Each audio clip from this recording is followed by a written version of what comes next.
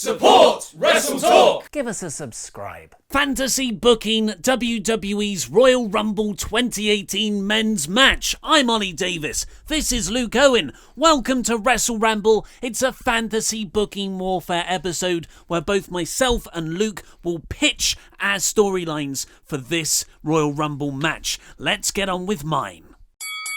So first off, context for how mine starts. On the Raw 25th anniversary show, Finn Balor and the Balor Club interfere in the main event of Roman Reigns versus The Miz and cost Roman Reigns his Intercontinental title. Right. So that happened there. And earlier in the night on the Royal Rumble, Braun Strowman was not just... He didn't get pinned in the three-way. Kane was pinned, but Braun Strowman was cheated as well out of the match. So he is very, very angry. That's what you need to know. So, the Royal Rumble match opens with the first entrant, Roman Reigns. Let's get him out the way so there's no disappointing surprises later on. But number two, it's Finn Balor. So this is playing off the Raw 25th anniversary. It immediately starts with a big fight feel because these two guys... that the last go-home angle you saw was these two guys feuding intensely. They have a tense stare down and then go straight into a brawl because they now hate each other. Balor is more of a heel than he's been in his tweener Balor Club role so far. And Reigns has got everything to fight for now because he doesn't have a title. He's gunning for the main event of Mania, whereas Balor wants the rematch he never got. You know, inaugural Universal Champion, but he's never had a chance to have a rematch. Both guys, despite heel and face, have justified motivations for going for the Universal title and winning the Rumble match. At number 3, we have Carl Anderson. So Carl Anderson comes out, and Graves is going, Corey Graves on commentary is saying, what amazing luck! The Balor Club worked out quite well there, and Saxton says, I don't know, something stinks, man. And all of a sudden, it's 2-on-1, the Balor Club are beating down Reigns. But Reigns starts to fight back until number 4, Luke Gallows. Saxton's going crazy, saying that the fix is in. The Balor Club have stacked the deck against Roman Reigns. I don't know how they've done it, but it's happened. Whereas Corey Graves is just saying, I cannot believe these odds. Wow, can you believe that? All three guys entered after each other, really like playing up the silly heelness side. And now it's a 3-on-1 beatdown. And the club are just being brilliantly cocky heels here. You know, kind of a bit goofy and like beating down Reigns a bit, pose for the crowd, smiling. Number 5... is poor old Titus O'Neil. Some of these people we have to put in because they've already entered themselves into the Rumble match. So Titus O'Neil comes in and he's a bit apprehensive. He gets in. He is eliminated immediately by the club. And then the club get back to beat up Roman Reigns opposed to beat up John Cena. And they just have fun. Like they're just taking it in turns to hit finishers on Roman Reigns now. Number 6 is Elias. So Elias comes down with a guitar and mic, but he's a bit apprehensive about getting in the ring because, you know, the club are ruling this place right now. It's their yard. And Finn welcomes him in, says, come on, mate, come on. And he whispers in Elias's ear what appears to be a song request. And, Elias goes, sure, I know that one. And he starts singing a song about how rubbish Roman Reigns is. So everyone's enjoying this. The Good Brothers are sort of like swaying along to the music. And then afterwards, Finn's like, hey, can I, not on the mic or anything, but, you know, motions, let me play the guitar. I want the guitar. So Elias hands the guitar over, thinking he's the club's best friend. He's all smiles. And then Elias says, who wants to walk with... Boom! Finn whacks him over the head with the guitar. No honor among heels. And Finn eliminates Elias. Because, you know... Elias really brutally beat up Finn Balor last year on Raw with that guitar. Finn doesn't forget. WWE might do, though. Next up, we have the Bludgeon Brothers' Luke Harper. Luke Harper comes down. First SmackDown star so far, actually. There's a standoff with the club who start to back off away from Luke Harper. And then Luke Harper just goes straight for Roman anyway. And then the club are like, yeah, let's join in. So they all start beating down Roman Reigns with him. The announcers now are starting to play up Roman's injuries. He's been beaten up pretty bad. He's looking pretty weak here. He needs some support. He needs Seth Rollins. Come on, we need Seth Rollins next. But out comes Jason Jordan.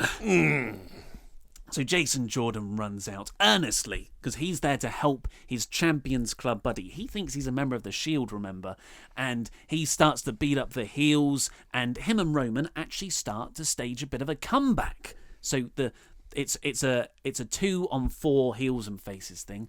But then at number 9, Chad Gable. Chad Gable runs down, goes straight for Jordan, and they brawl, which means that the heels can get the upper hand again, and they start to dominate Reigns and Jordan.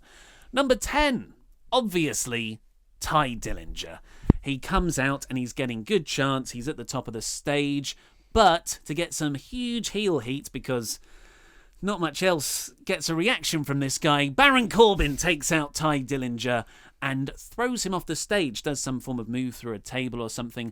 And this would start off, because, you know, the Rumble doesn't just have to continue storylines, it can start feuds as well. So a Corbin-Ty Dillinger feud, I think, would be a nice number 1 contendership feud for the US title on SmackDown. So that starts off that. And Corbin just stands there waiting. And the announcers are saying, well, why is he waiting at the top of the stage? Ty Dillinger's been carried off now, because at number 11... it's Baron Corbin. Baron Corbin comes down and all the heels start beating up Roman and Jordan. They really need someone now. It's like a 5-on-2 disadvantage. And here we get Seth Rollins. Seth Rollins runs down. He takes out Luke Harper. He takes out Chad Gable. He takes out Corbin.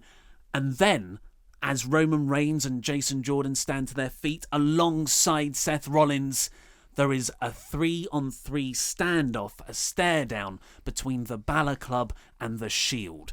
And then Rollins just starts running wild. He eliminates both Carl Anderson and Luke Gallows. So now Finn, for the first time in the match, is at a disadvantage. He's like a little bit of a chicken S-word heel now. And Rollins starts to work with Jordan because they're tag team. Maybe they won't be tag team champions. But to eliminate Chad Gable. So Chad Gable's gone. Number 13. It's the other Bludgeon brother, Eric Rowan. He teams with Harper, of course, because they are Bludgeon brothers, and they start beating down the Shield. Balor's doing okay now, but he is shrinking into the corner without his backup.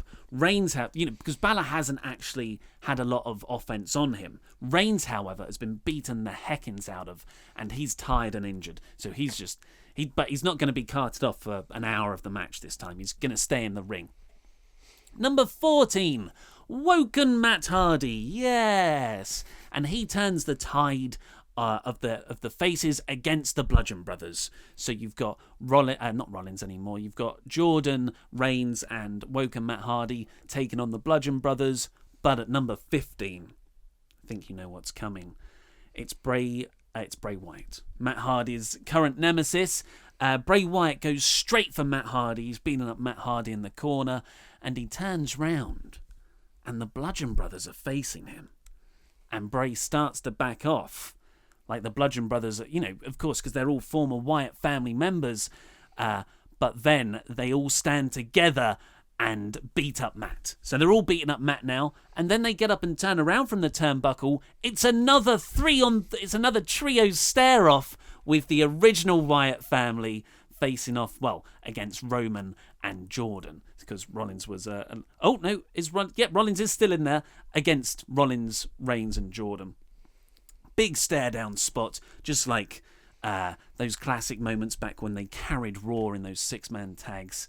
And there's a brawl. Rollins finds himself on the apron where Jordan accidentally eliminates him. And Jordan is shocked. He's like, no. And Seth is looking up from ringside, just incensed, angry at him. Roman's looking at Jordan like, WTF, bro. Balor, meanwhile, I want a shot of this, laughing in the corner at what's just happened. Jordan looks genuinely so sorry because this was an accident, although he has heel sides of his character. The Wyatt family then start to get the upper hand. Next up, Ricochet. Ricochet debuts, he comes in, does loads of cool high-flying stuff, and he takes out the Wyatt family and Balor. Number 17, Rusev Day, serenaded by Aiden English on the way down, and it's just loads of power spots on everyone because he'll be super over. But the Wyatt family get the numbers game again. They're surrounding Woken Matt Hardy. Then, number 18, who should return but the Hurricane Shane Helms. So Shane Helms runs down in full Hurricane get-up, and he helps Matt Hardy fight off the Wyatt family. So that's a nice little reference to some old allegiances. But then it's number 19's time. Braun! Full of piss and vinegar from losing the Universal title three-way earlier in the night. Unfairly, he comes down, selling a few injuries still, but he's still a force to be reckoned with. He eliminates Ricochet. He eliminates Helms. He eliminates Corbin and Rusev. 4 eliminations right away. Braun and Bray Wyatt then come face to face. Of course, Braun was the black sheep member of the Wyatt family, and Bray is also flanked by the Bludgeon Brothers of Luke and Eric. So it's a full Wyatt family thing. And Luke Harper brings over Matt Hardy, puts him there in front of Braun Strowman, and Bray's like, eliminate Matt. Bray is trying to play the mind games on Braun again, and Braun throws out Matt Hardy. And everyone's like, oh, he's joined the Wyatt family. And Bray and Luke and Braun and Eric, they all look towards the hard cam and they start posing, even though it's in the middle of a match. And but Braun's right at the back, so Bray can't see it. When Braun turns on Eric Rowan and throws him out as well. That's another elimination. That's 6 eliminations now. He only just came in. And Harper and Bray start to beat down Braun. Because, what the hell, man? Don't do that. Number 20, Apollo Crews comes in. I'm not going to lie, he's just a body here. Number 21, Randy Orton, the Viper. He comes in, plays off the Wyatt storyline from last year. He goes straight for Bray, because Bray now has Randy Orton to deal with. Braun eliminates Harper. So Braun now has 7 eliminations, people. You probably know where I'm going with this.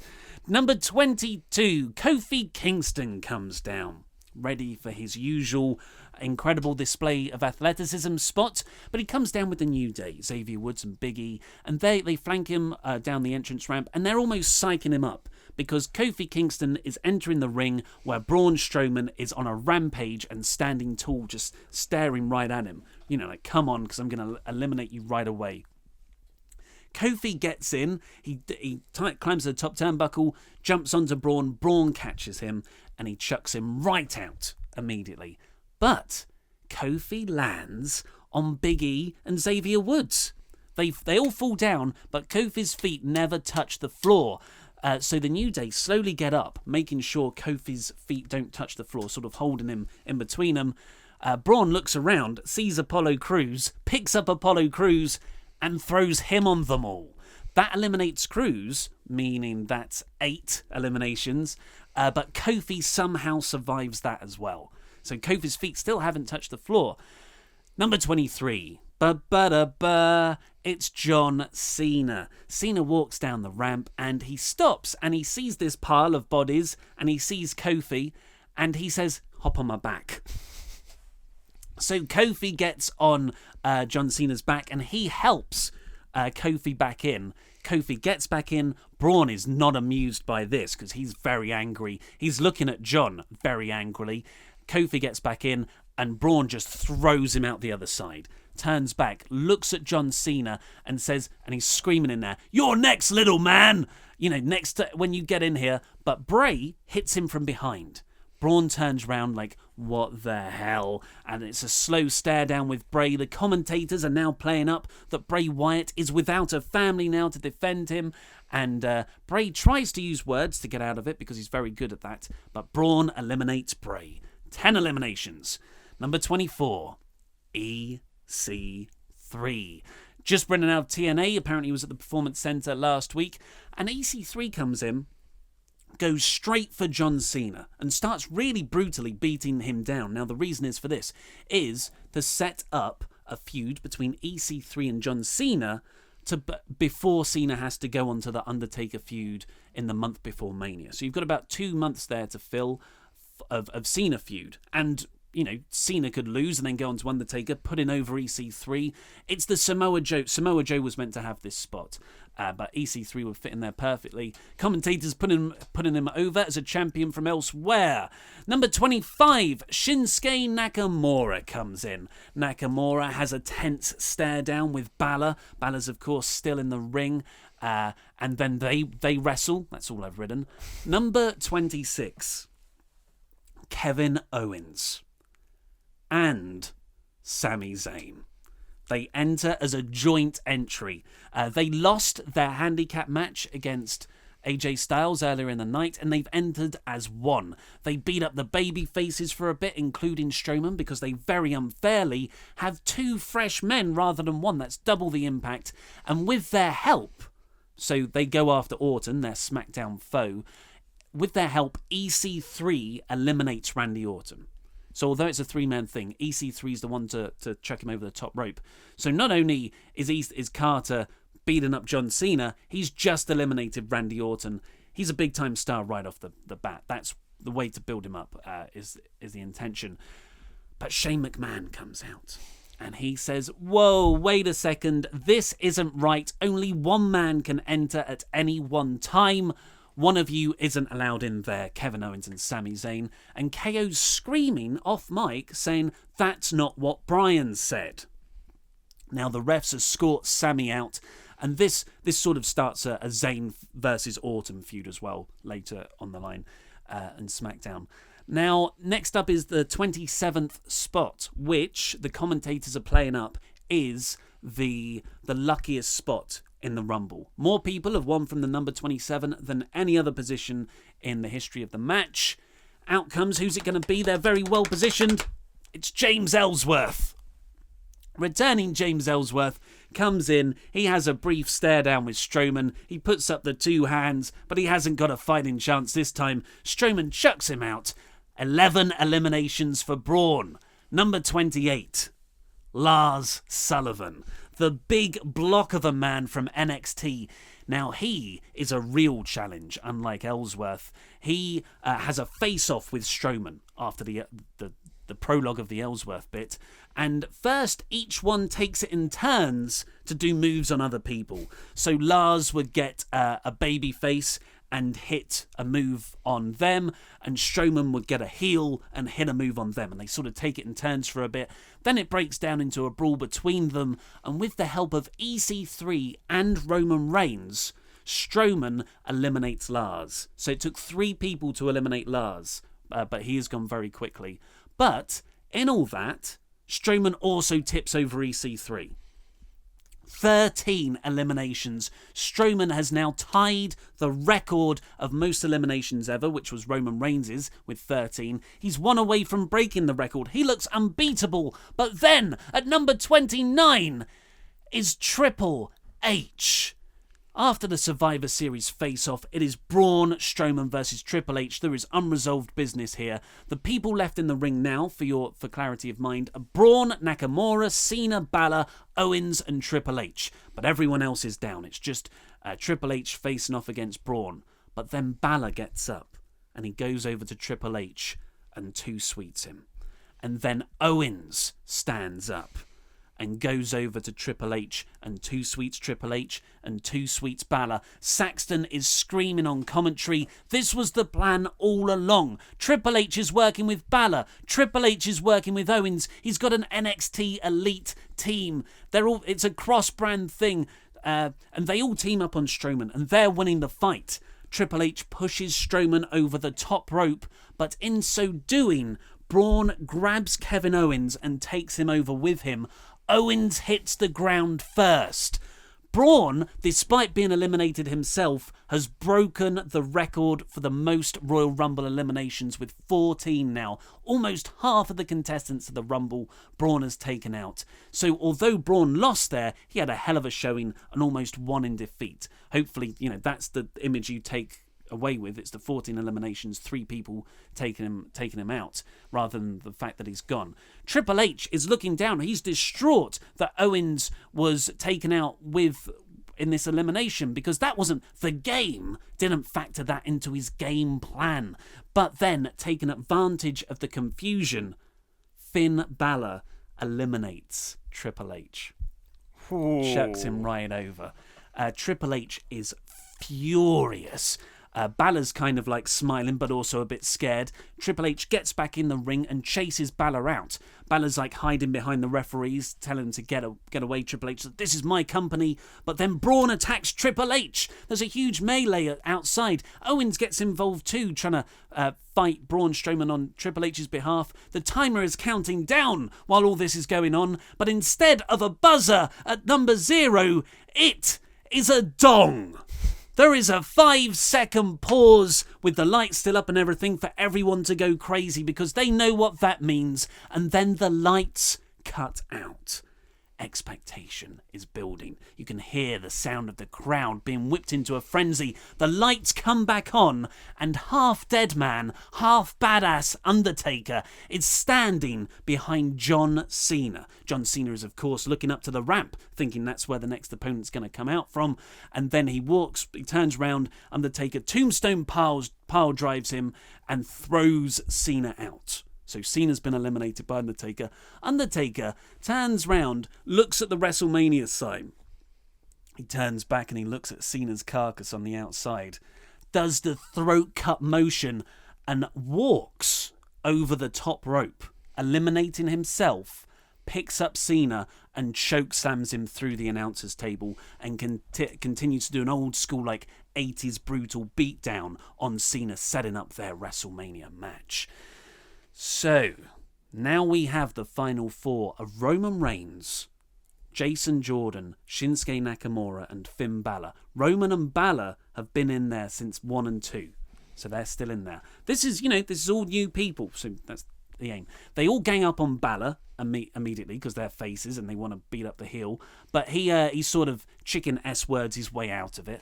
And then Roman and Jordan, based on the alliance, decide to team up on Nakamura. So eventually Roman throws out Nakamura, but in taking his eyes off Jordan throws out Roman Reigns.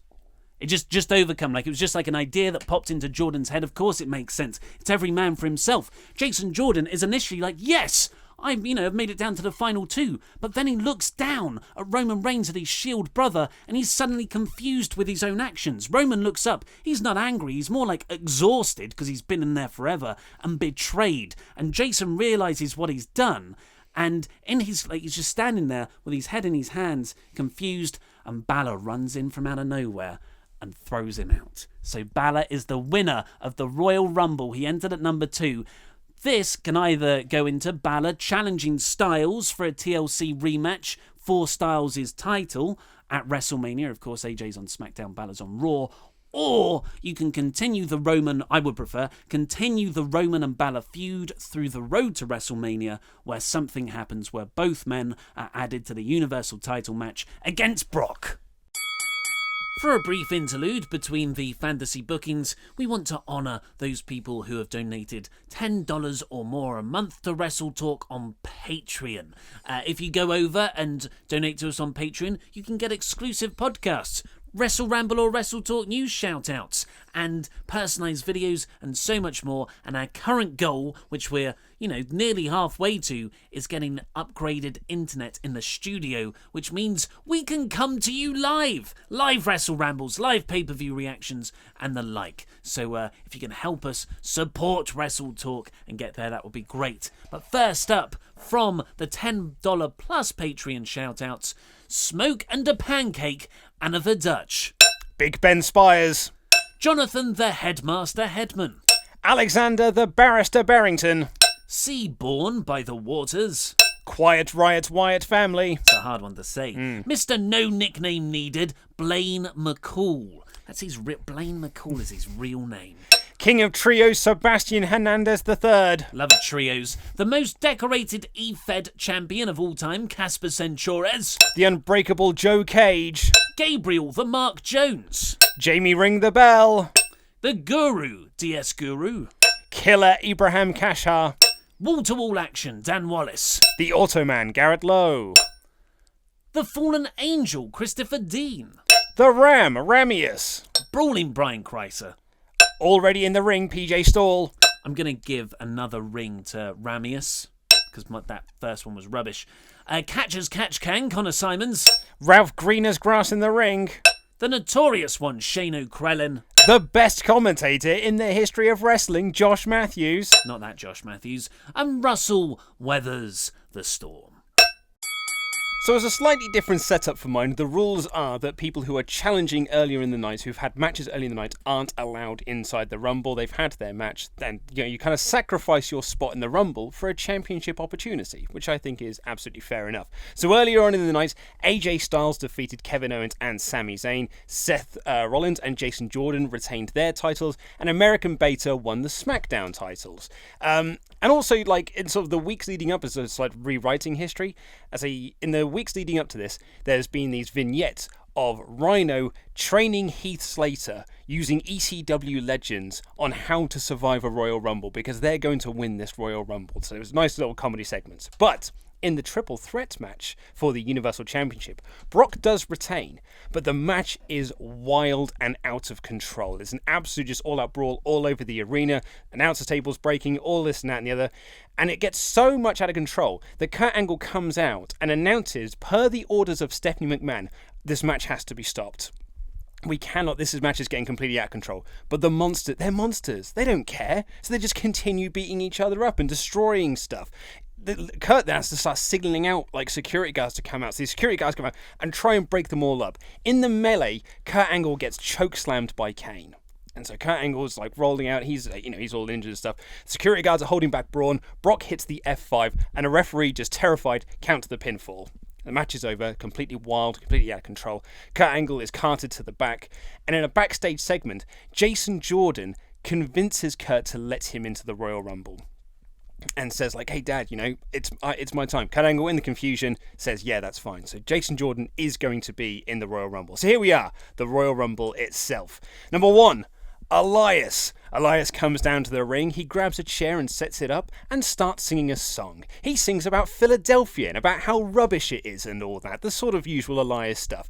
He goes to start the song again when there's a cough over the PA. Aiden English is your number 2 entrant. So English comes out with the microphone and starts singing about the Rusev Rumble as he walks to the ring. He gets to the ring and he finishes his song. Elias tries to ignore him and just starts playing another song. And English just sings over the top of it. So you kind of have these two people competing over who can actually sing the song. The buzzer goes off for number 3. It's the Honky Tonk Man. So the Honky Tonk Man, the Honky Tonk Man, he comes down to the ring doing his usual honky tonk stuff. He gets to the ring with a microphone. Hey, I want my music to be played right now. I got my long hair burns and my hair slicked back. Okay, and then English and Elias look at each other with like, who's this goofball? Throw him over the top rope. Nice little easy paycheck for Honky. And then Elias and English finally start wrestling. Number 4, Scott Dawson of the Revival. So Dawson joins in. He gets into the ring and starts beating down Aiden English, who will of course be getting a babyface reaction. So you have Elias and Dawson tackling on him. Kind of like with Ollie's here, you have some bodies you have to get through. Number 5, Apollo Crews. He comes in and starts taking on Scott Dawson. Number 6, the Lone Wolf, Baron Corbin. Corbin comes in and eliminates Aiden English to massive boos because Aiden English is beloved. He then starts beating down Cruz with the help of Dawson. Elias rolls to the outside and just grabs his guitar and just decides to watch the action that's going on. Number 7, it's James Ellsworth. What? Yes, that's right. James Ellsworth is here. Corey Graves, very upset about all this. Byron Saxton, very happy about all this. Ellsworth gets in the ring and stares down Corbin. He does his 2 fighting hands, fighting chants, whatnot. And then does some comedy spots where Corbin goes to like grab him and James Ellsworth ducks underneath. Makes him look very silly. Corbin eventually just boots him in the face and throws him out. Nice little comedy spot. Ellsworth gets eliminated.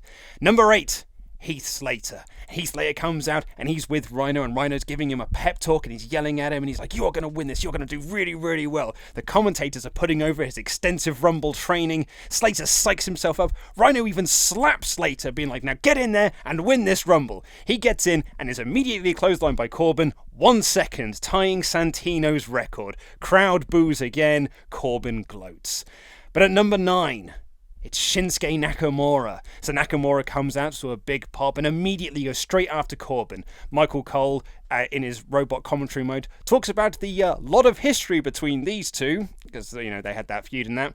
Nakamura hits all of his trademark moves on Corbin. Dawson tries to get involved. Nakamura hits him with trademark moves. Cruz tries to get involved. He gets hit with trademark moves. Nakamura dares Elias to get in the ring with a "come on" thing, but Elias just stares him down and thinks better of it. Corbin then attacks Nakamura from behind and they start fighting.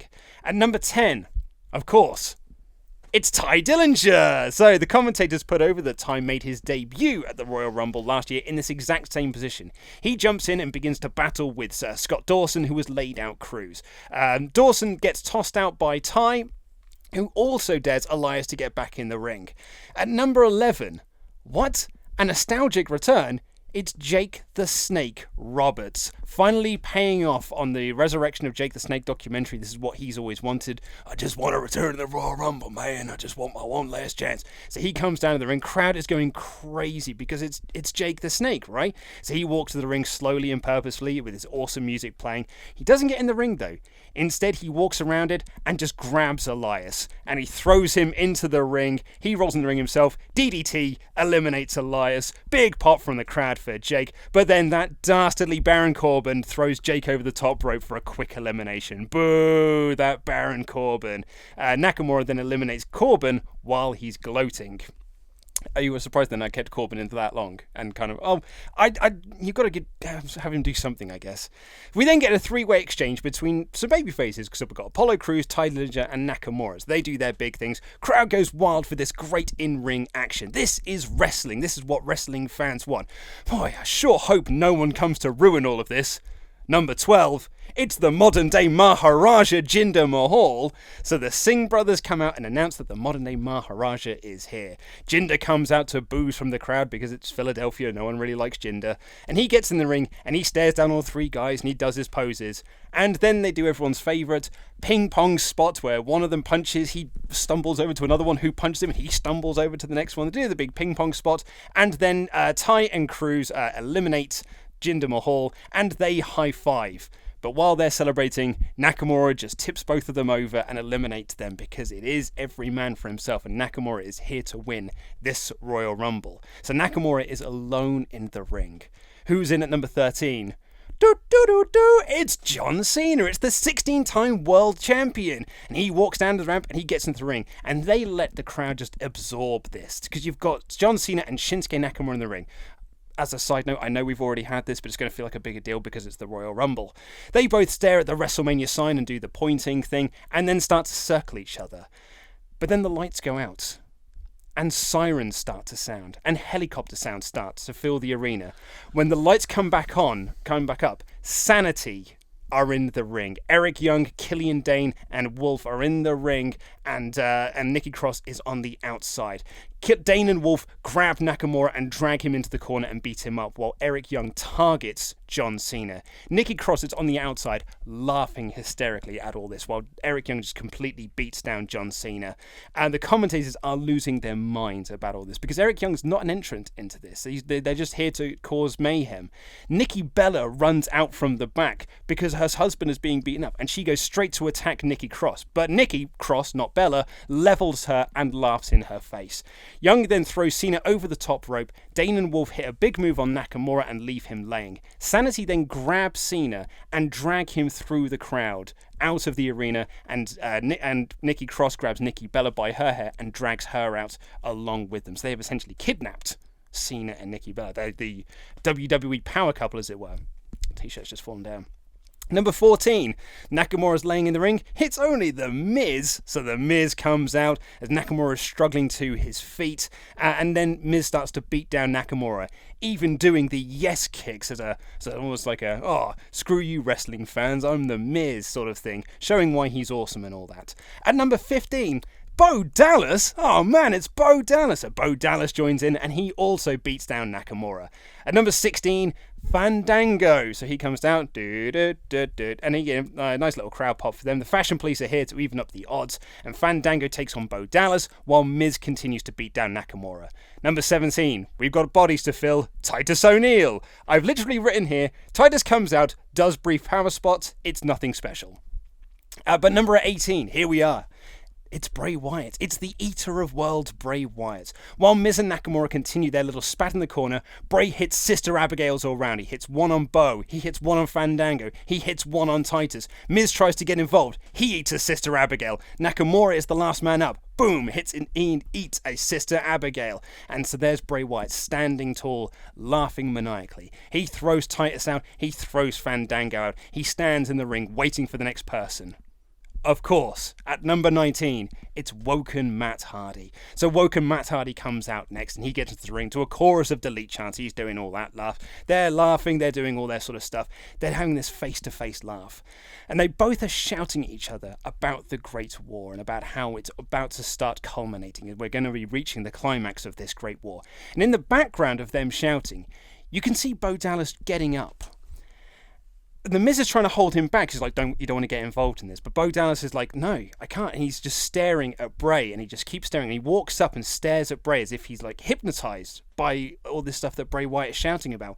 Miz is shouting at Bo to get out of the way. And then Bo turns around to face Matt Hardy, stands alongside Bray Wyatt. At number 20, the buzzer goes down. It's Jeff Hardy. Jeff Hardy makes his return from injury. Jeff Hardy is back. Crowd is going nuts for delete chants. Commentators are going nuts. He stands next to his brother Matt as he shouts, "Brother Nero, I knew you'd come." And the crowd hits their crescendo of excitement. Jeff turns on Matt Hardy and clothesline him, and Bray Wyatt takes out Bo and throws him over the top rope. And he and Jeff Hardy beat Matt down. So the crowd boos all of this. Jeff eliminates Matt from the Rumble and stands tall with Wyatt. This was Bray's master plan all along. He had his backup, and his backup was Jeff Hardy. So Nakamura gets back up and starts attacking Jeff. Bray grabs Nakamura off Jeff and they all hit big moves on him. They try to eliminate him while Miz is in the corner trying to avoid all of this chaos. Number 21, Bobby Roode is here. Glorious. The United States Champion is in this match. He gets right into the action and shows why he should be higher up the card. Getting into fights with Bray and Jeff and all that. Number 22, Kofi Kingston. He comes out with the New Day also at ringside. And he gets into the action too, doing his all trademark spots, wacky kicks and all that lovely stuff. Commentators put over the fact that Kofi always has a unique way of avoiding eliminations in the Royal Rumble. God, what could he do this time, the crazy little guy? Number 23, the big dog Roman Reigns, screams Michael Cole as he comes down to the fact, putting over the fact that Reigns holds the record for most eliminations in the Rumble, and he's a former Rumble winner, and he's eliminated The Undertaker. Michael Cole doing his usual spiel about how brilliant Roman Reigns is. He hits trademark spots and then has a stare down spot with Nakamura, pointing at the sign, all that nonsense. They go back and forth and hit big moves, with Nakamura actually getting the upper hand, and then they try to eliminate each other. At number 24, I'm here to show the world, Dolph Ziggler. Dolph Ziggler has returned to WWE after a short hiatus. Roode stands up and stares at Ziggler and starts calling him out, daring him to get into the ring. And Ziggler, from his jacket, opens up his jacket. He's wearing a United States Championship belt. He takes it off and holds it up. Roode is stunned at this, rolls out of the ring, grabs his own United States Championship, gets back into the ring and holds up his belt, and being like, no, I'm the champion. And in all of this, The Miz throws out Bobby Roode, who falls to the ground. He's eliminated, dropping his title in the process. Dolph just shakes his head and walks to the back. He has made his point. That's all he wanted to do. Roode, obviously, is just looking crestfallen. And Kofi tries to eliminate Miz, but he gets reversed and thrown out himself. However, Kofi lands on the United States title that's fallen out, that Bobby Roode dropped. And so they're standing there, and he's not really sure what to do, because both feet haven't touched the floor. And the commentators are like, does this count? The New Day is saying like, yeah, it counts. And the referees are just going like, I think it counts. Bobby Roode stands up and just screams at him for standing on his title, saying, get off my title! And Kofi goes to jump back in the ring. Roode just shoves him. Just gives him a little push, Kofi's feet touch the floor, he is officially eliminated from the Royal Rumble. Rude picks up his belt and storms to the back. So you're now starting up this little... Kofi Kingston can now start getting involved in the United States title program. Bobby Roode showing more heelish tendencies to... further his character a little bit more. Number 25, Hideo Itami. As I've written here, Hideo Itami comes out to complete silence because WWE have butchered his main roster run so far. He comes in but looks great because Hideo Itami is actually great. Doing his trademark stuff, doing kicks and all that on the likes of Miz, Bray, Jeff, Roman and Nakamura. At number 26, it's Rusev Day. Rusev comes out to a giant ovation from the crowd, doing lots of big kicks himself, Muchka, and doing his usual big Rusev power stuff. Matt Hardy runs back into the ring to attack Jeff Hardy, the woken warrior that he is. He's pissed that Jeff Hardy eliminated him. Bray Wyatt tries to stop Matt, but Matt fights him off and throws him out of the ring. He then grabs Jeff and tells him that he will be deleted and throws him out too. Delete, delete, delete, delete. In this melee, Miz eliminates Roman and Roman eliminates Miz. It's a whole big sort of schmoz that's just happened before number 27 comes out. It's Finn Balor. Finn Balor comes out, does his trademark moves, and eliminates Hideo Itami. And it all builds this stare down between Finn and Nakamura. The two exchange moves, and it is wonderful. It's brilliant wrestling. Roman tries to get involved, and the three of them exchange moves. While number 28, Randy Orton. So we're now getting some big stars into this Royal Rumble now. Randy Orton's out next. This match is getting stacked. Orton gets involved in the action and delivers a few RKOs for good measure. One of these three men could go to WrestleMania, Michael Cole is shouting, when at number 29, here comes the money. Shane McMahon.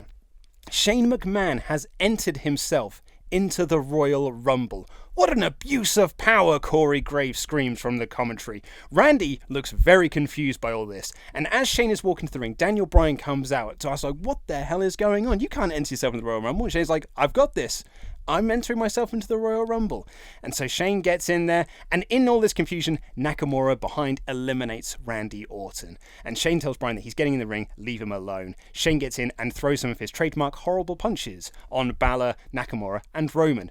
And who is left? At number 30, it's only Jason Jordan. Corey Graves is incensed, and so is Booker T, because Kurt Angle not only has let his son into the Royal Rumble, he's given him the number 30 position, the best position you could possibly ask for. Crowd are booing the hell out of Jordan as he gets into the ring. Booker T is incensed by all of this. Roman is also very unhappy about this, and they come to blows together. Michael Cole is going on about how one of these men, because this is the final four, one of these four men is going to go to WrestleMania until Stephanie McMahon's music plays, and she walks out to the ramp, and she announces because Dolph Ziggler gave up his spot in the Rumble by not competing, so we're going to have one more entrant into this Royal Rumble. Boom, it's time to play the game. Triple H comes out as entry number 31. So, of course, Stephanie made it Triple H, more abusing of power, because they had McMahons and Helmsies and all that. He gets into the ring and does what Triple H does, which is squash people. Knees for Nakamura, pedigrees all round. There's another spot with another standoff spot with Triple H and Shane until Braun's music plays. Braun! Old Braun hasn't forgotten Survivor Series. He hasn't forgotten how Triple H played him like a guitar. Braun gets into the ring and just kills Triple H with several running power slams before throwing him off the top rope. And you've got Stephanie on the outside screaming at Braun to stop and because she let him back into the company. So her plan to actually reinstate Braun has almost backfired a little bit because Triple H has been eliminated from the Royal Rumble. Braun exits and walks to the back, having made his point. So back in the ring, Orton slides in because although he's been eliminated, he just slides back in and RKOs Shane because he's Randy Orton and he's a dick, which allows Roman to throw Shane out of the ring. Balor then dumps Roman Reigns, so we're down to our final two, which is Finn Balor and Shinsuke Nakamura, remnants of yours, I suppose, really. The two square off, the crowd are going wild for this, and they exchange a lot of moves and wrestle for about 5 to 6 minutes, going up towards 10. It's very reminiscent of the Undertaker's Shawn Michaels finish, where it's actually almost like a wrestling match in the middle of the ring, rather than a Royal Rumble where you're trying to eliminate each other. Cole putting over the fact that number 27 is the lucky number for Rumble entrance, but Nakamura's been here since number 9, so they're really putting this over on commentary. Crowd is going crazy, too sweet sweet chants, let's go Balor, let's go Shinsuke. Crowd are all over this. All of a sudden, Gallows and Anderson come out from the back and start attacking referees on the outside. What is going on? While the refs are attending to the madness on the outside, Nakamura eliminates Finn Balor, but the referees don't see it. So Finn Balor slides back into the ring and the two of them continue their wrestling match, which is, of course, brilliant. But who comes out now but the WWE Champion AJ Styles? He comes out to confront Gallows and Anderson about their actions, talking about the club. It's like, this is not the way we should do this. These two are meant to be having a match. Nakamura's already eliminated him. Why are you doing this? The three get into a big argument. During all this, Finn throws out Nakamura, but the referees don't see that either. So Nakamura slides back in. Finn goes over to shout at AJ, saying, I'm in charge now. I'm leading this. You're nothing. You stay out of this. And from behind, Nakamura eliminates Finn Balor. Shinsuke Nakamura is going to WrestleMania, and that builds to a SmackDown program after WrestleMania between AJ Styles, Shinsuke Nakamura, and Balor with Gallows and Anderson.